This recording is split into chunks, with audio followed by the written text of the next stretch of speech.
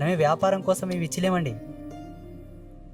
14 సంవత్సరాలు నేను అప్పుడు ఫస్ట్ మందికి చెప్పేటప్పుడు కూడా, నేను మా పాతింట్లో కూర్చొని అనుష్ఠానం చేసేటప్పుడు కూడా నేను ఇవే ఇచ్చేది. ఒక బొటన వేలుకు పెట్టుకునే పంచాక్షర ఉంగరాలలో ఎంత విజ్ఞాన నైపుణ్యం ఉన్నది. నాట్ ఓన్లీ సైన్స్, ఆధ్యాత్మిక దృక్పథం కూడా ఉంది దాంట్లో.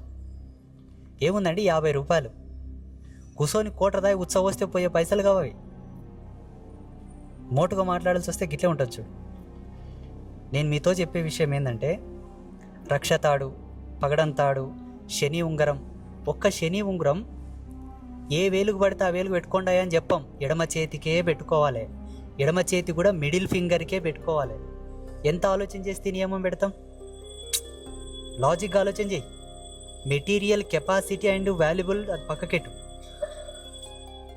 ఆ మెటీరియల్ యొక్క కెపాసిటీ, దాని వాల్యూ, దాని యొక్క ఎనర్జీ సీక్వెన్సెస్ అది పక్కకెట్టు. సూత్రం